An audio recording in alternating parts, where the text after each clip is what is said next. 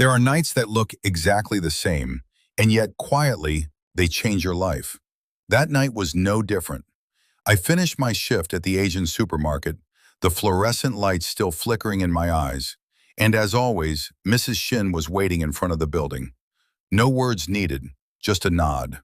Work was not something we discussed. It was something we did. We went to clean the university building. Second floor was ours. The first floor belonged to the Mexican crew. At first we split everything in half. Trash, dusting, wiping, vacuuming. A rhythm of labor. But I was young. Young men move like they are racing time. I adapted quickly. My hands learned faster than my thoughts. Trash bins emptied in seconds. Hallways cleared like wind had passed through them. By the time I finished my section, Mrs. Shin was still working. Naturally, more areas became mine. And I didn't resist. Speed felt like strength. Strength felt like pride. Soon we were finishing much earlier than before. Earlier than when her husband used to work alongside her. Sometimes the cleaning company owner would stop by, quietly inspecting the building. He usually came at a predictable hour, observing us mid-work before leaving. But one night, we finished too early.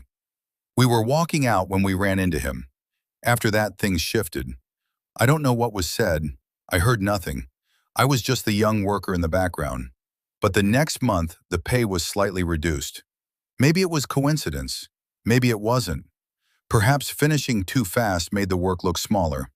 Perhaps effort, when invisible, loses value. That was only my thought. Mrs. Shin and her husband never told me anything. And to their credit, they never reduced my pay. They continued to give me what they had promised. But that night left something in me, a quiet heaviness. It was the first time I understood that speed alone does not make you powerful. Working harder under someone else's name has limits. I remember thinking, one day I need to build something of my own. Not just clean buildings, own the keys. That night was small, but it planted something larger than the building we cleaned. From mop to millions.